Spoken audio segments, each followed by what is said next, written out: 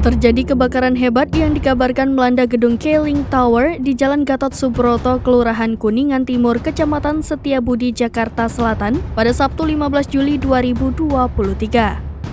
Kebakaran tersebut terjadi sekira pukul 10:03 waktu Indonesia Barat. Dari video amatir yang diterima tribunjakarta.com, tampak asap tebal membumbung tinggi dari gedung tersebut. Tampak pula kobaran api yang keluar dari gedung tersebut. Informasi awal yang diterima Tribun Jakarta dari pihak Suku Dinas Gulkarmat, Jakarta Selatan, kebakaran bermula dari lantai 7 lalu merambat sampai ke lantai 15. Saat ini petugas Suku Dinas Penanggulangan Kebakaran dan Penyelamatan Jakarta Selatan tengah melakukan pemadaman di lokasi kebakaran. Hingga berita ini diturunkan, belum diketahui penyebab pasti kebakaran tersebut.